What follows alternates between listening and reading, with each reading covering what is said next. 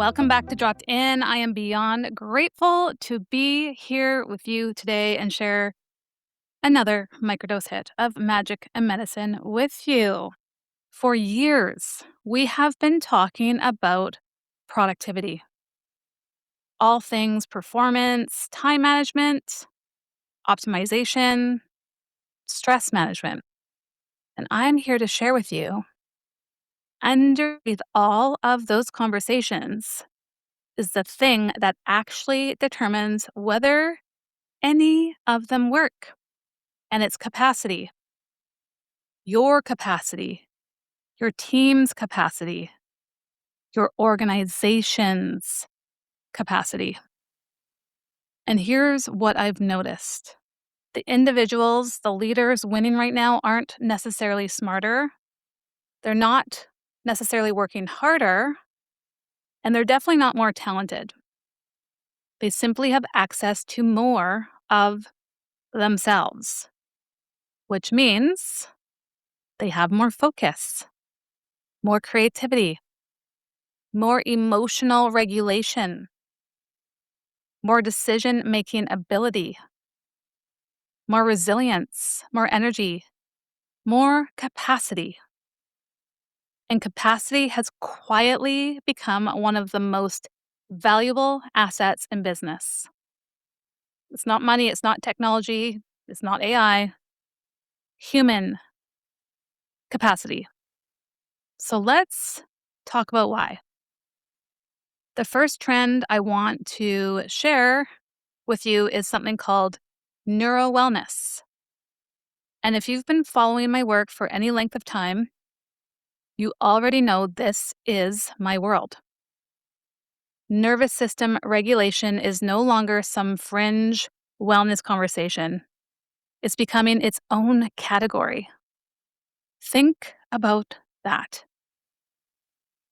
10 years ago, if someone talked about nervous system regulation, people thought that they were talking about meditation, breath work, self care, maybe yoga. And today, insurance companies are beginning to look at nervous system interventions. Employers are looking at nervous system health. Wearables are tracking stress recovery. Researchers are studying resilience. And the market is moving. The conversation is changing because businesses are finally realizing something profound. People do not perform at the level of their knowledge. They perform at the level of their nervous system. You can have the smartest employee in the room, the most talented leader, the most innovative founder, the most experienced executive. And if their nervous system is overwhelmed, their performance drops, their creativity drops, their communication drops, their leadership drops. And suddenly, everything becomes harder because the nervous system is the operating system behind every single result. And here's the most fascinating part: most people still think stress is the problem. Stress isn't the problem. Humans were hardwired, designed for stress. Stress is part of growth, leadership, is part of innovation. The problem isn't stress or recovery. The problem is accumulated activation. The problem is carrying yesterday into today. The problem is not having the ability to recover. And then carrying all the things from today into tomorrow. And then wondering why your capacity keeps shrinking. And then this directly leads into the second trend, capacity protection, because it changes the conversation entirely. Most organizations have been focused on stress reduction. The challenge? Stress reduction happens after the problem exists. Capacity protection happens before the crash. And that's a completely different conversation. Now imagine waiting until your phone battery hits 1% before charging it. Imagine waiting until your vehicle engine fails before changing the oil. So imagine waiting until your top performer burns out before addressing the workload. And yet, that's exactly what most organizations do. They wait. Then they react. Then they wonder why turnover is expensive, why engagement is dropping, why retention is difficult, and why people are exhausted because nobody was protecting capacity. They were waiting down.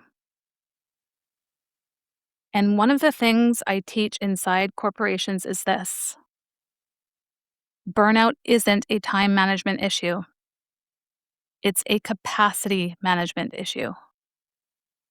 Because capacity is more than hours available. It's the amount of emotional, mental, physical, and cognitive energy available to meet a demand. And two people can have the exact same workload. One thrives, one collapses. Because workload isn't the determining factor, capacity is. This is why one employee can leave work energized and another can leave work completely depleted. This is why one founder can navigate rapid growth and another can sabotage momentum. This is why one leader can navigate uncertainty and another becomes completely reactive. This is why capacity changes everything. So let's zoom out for a minute, because this isn't just happening inside of companies, it's happening globally. The wellness economy is exploding. And it's not because people suddenly became interested in wellness. It's because people became interested in performance. And now the conversation is changing. People aren't asking, how do I relax? They're asking questions like this: how do I sustain growth? How do I actually keep up with the demand? How do I stay focused? How do I avoid burnout? How do I maintain energy while growing and scaling? Those are capacity questions, every one of them. And this is where I think the biggest opportunity exists. The leaders who understand capacity will have an unfair advantage. And it's not anything to do with working harder. It's about having that ability to know how to recover better. And it's definitely not from pushing more or doing more. It's because they are learning to rewire their nervous systems in real time. Now, think about elite athletes for a minute. They actually don't spend all day training, they spend enormous amounts of time recovering. And recovery isn't separate from performance. Recovery actually creates performance. And yet, somewhere along the way, business leaders were taught the opposite: work harder, do more, push harder, sleep less, stay available, stay accessible, stay on. The result? organizations full of brilliant people operating at a fraction of their potential. Now, I want you to think about your own life for a moment. What would change if your nervous system had 20% more capacity? What conversations would become easier? What decisions would become clearer? What opportunities would you finally say yes to? What growth would become available? What if the thing limiting your next level isn't strategy? What if it isn't skill or knowledge? What if it's capacity? Because that is what I see every single day. Founders with brilliant strategies, teams with exceptional talent, leaders with incredible vision. And the bottleneck is not information, it's nervous system capacity. Their system is already carrying way too much. So every new opportunity feels heavy. Every challenge feels far greater, far bigger than it is. Every setback feels super personal. Every decision feels exhausting. And it's all because their systems are overloaded. Now, this is exactly why I created the capacity advantage. Capacity advantage isn't stress management. It's not another wellness workshop. And it's definitely not another motivational keynote. It's a practical framework that helps leaders and organizations increase the amount they can sustainably hold. Holding more change, more growth, more leadership, more communication, more innovation, more wealth, more visibility without paying for it through burnout. Inside the capacity advantage, I teach leaders just like you how capacity is actually built, how it leaks, how it expands, how it contracts, how to identify nervous system bottlenecks before they become performance problems, how to create cultures where people can actually sustain success. Because here's the damn truth: the future belongs to organizations that understand human capacity. The future belongs to leaders who understand nervous systems. It belongs to companies that protect capacity before burnout occurs. And the organizations that learn this now will have a massive advantage over those that don't. And it's not 5 years from now, it's right now. The capacity economy is already here. The question is whether you're preparing for it or reacting to it. Now, here's the good news: the capacity advantage will be open for enrollment soon. So, if it's not open by the time this episode drops, I'll put the link for the waitlist. If it's open by the time this podcast drops, I'll put the link in the show notes to enroll, to learn more, to share with your leaders, your executives, your teams, yourself,